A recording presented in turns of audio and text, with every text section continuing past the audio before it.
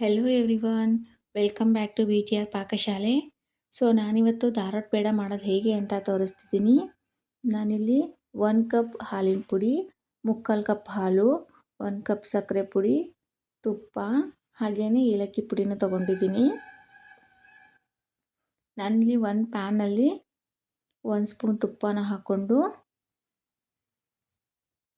ಹಾಗೆಯೇ 1 ಕಪ್ ಹಾಲಿನ ಪುಡಿನ ಹಾಕ್ಕೊಂಡು ಚೆನ್ನಾಗಿ ಹುರ್ಕೊಳ್ತಿದ್ದೀನಿ.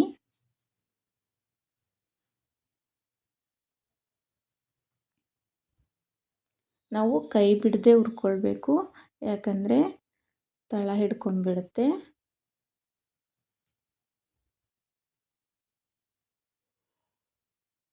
ನಾವು ತುಂಬ ಕಡಿಮೆ ಸಾಮಗ್ರಿಗಳನ್ನು ಉಪಯೋಗಿಸ್ಕೊಂಡು ಧಾರವಾಡ ಪೇಡಾನ ಮಾಡ್ಬೋದು. ಸೇಮ್ ಅಂಗಡೀಲಿ ಸಿಗೋ ಥರನೇ ತುಂಬಾ ಚೆನ್ನಾಗಾಗುತ್ತೆ.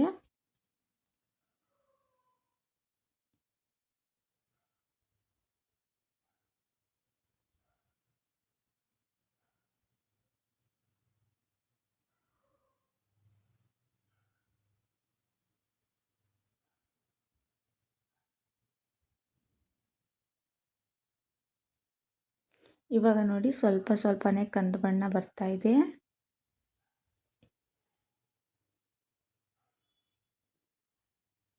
ತುಂಬ ಬೆಳ್ಳಗಾಗೋ ರೀತಿಲಿ ಹುರ್ಕೋಬಾರ್ದು.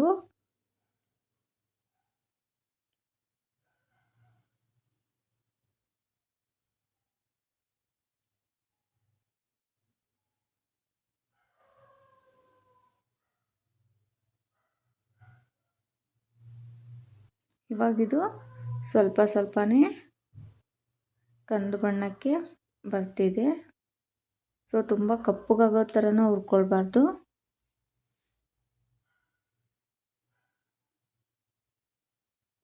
ಇವಾಗಿದು ಚೆನ್ನಾಗಿ ಹುರ್ಕೊಂಡಿದ್ದಾಯಿತು. ನಂತರ ಸ್ವಲ್ಪ ಸ್ವಲ್ಪನೇ ಹಾಲು ಹಾಕ್ತಾ ಚೆನ್ನಾಗಿ ಮಿಕ್ಸ್ ಮಾಡ್ಕೋಬೇಕು.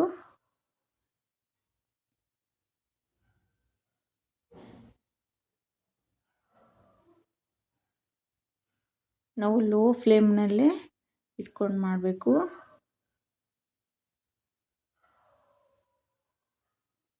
ಇವಾಗ ನಾನು ಇನ್ನೂ ಸ್ವಲ್ಪ ಹಾಲು ಹಾಕ್ಕೊಂಡು ಚೆನ್ನಾಗಿ ಮಿಕ್ಸ್ ಮಾಡ್ಕೊತಿದ್ದೀನಿ.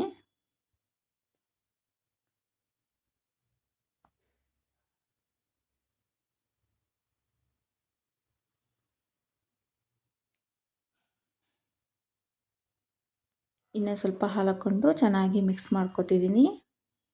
ಇದು ಪುಡಿ ಪುಡಿ ಇರೋದೆಲ್ಲ ಒಟ್ಟಿಗೆ ಸೇರಿಕೊಳ್ಬೇಕು. ಆ ಥರ ಅಲ್ಲಿವರೆಗೂ ನಾನು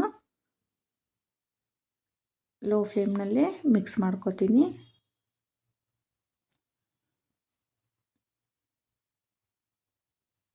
ಇವಾಗ ಇದು ಚೆನ್ನಾಗಿ ಬಂದಿದೆ. ಈ ರೀತಿ ಬಂದ ನಂತರ ಇದನ್ನ ನಾನು ಒಂದು ಬೌಲ್ಗೆ ಟ್ರಾನ್ಸ್ಫರ್ ಮಾಡ್ಕೊತಿದ್ದೀನಿ. ತುಂಬಾ ಸಾಫ್ಟಾಗಿ ತುಂಬಾ ಚೆನ್ನಾಗಿ ಬರುತ್ತೆ.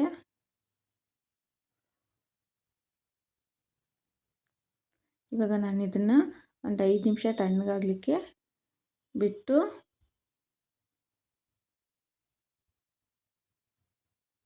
ನಂತರ ನಾನು ಇದಕ್ಕೆ ಏಲಕ್ಕಿ ಪುಡಿನ ಮಿಕ್ಸ್ ಮಾಡ್ಕೊತಿದ್ದೀನಿ.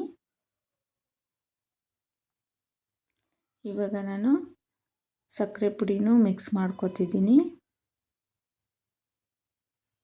ನಾನಿಲ್ಲಿ 3/4 ಕಪ್ ಸಕ್ಕರೆ ಪುಡಿನ ಹಾಕ್ಕೊಂಡಿದ್ದೀನಿ. ಹಾಕ್ಕೊಂಡು ಚೆನ್ನಾಗಿ ಮಿಕ್ಸ್ ಮಾಡ್ಕೊತಿದ್ದೀನಿ.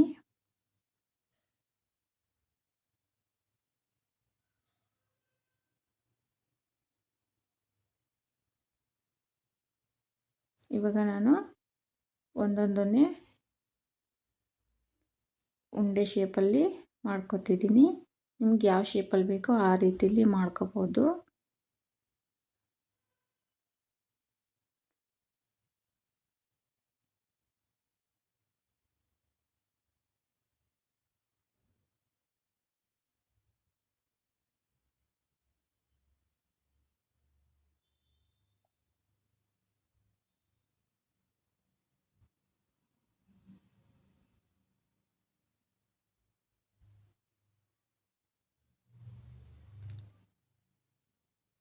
ಈ ರೀತಿ ಉಂಡೆಗಳನ್ನ ಮಾಡ್ಕೊಂಡ ನಂತರ ನಾನು ಮುಂಚೆನೇ ಸಕ್ಕರೆನ ಪುಡಿ ಮಾಡಿಟ್ಕೊಂಡಿದ್ದೆ. ತುಂಬಾ ಪುಡಿ ಮಾಡ್ಕೋಬಾರ್ದು, ಸಣ್ಣದಾಗಿ ಈ ಥರ ರವೆ ಟೆಕ್ಸ್ಚರ್ ಬರುತ್ತಲ್ಲ ಆ ರೀತಿಲಿ ನಾನು ಪುಡಿ ಮಾಡ್ಕೊಂಡಿದ್ದೆ. ಸೊ ನಾನು ಅದರಲ್ಲಿ ಚೆನ್ನಾಗಿ ಒಂದೊಂದನೇ ಉಂಡೆನೂ ಈ ಥರ ಉರುಳಾಡಿಸ್ತಾ ತೆಗಿತಿದ್ದೀನಿ.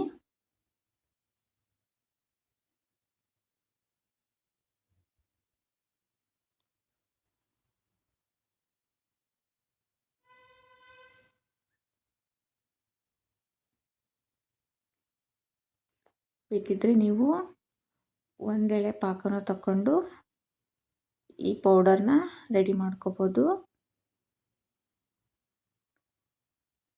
ಇಲ್ಲಿದ್ದರೆ ಮಿಕ್ಸಿನೂ ಮಾಡ್ಕೋಬೋದು.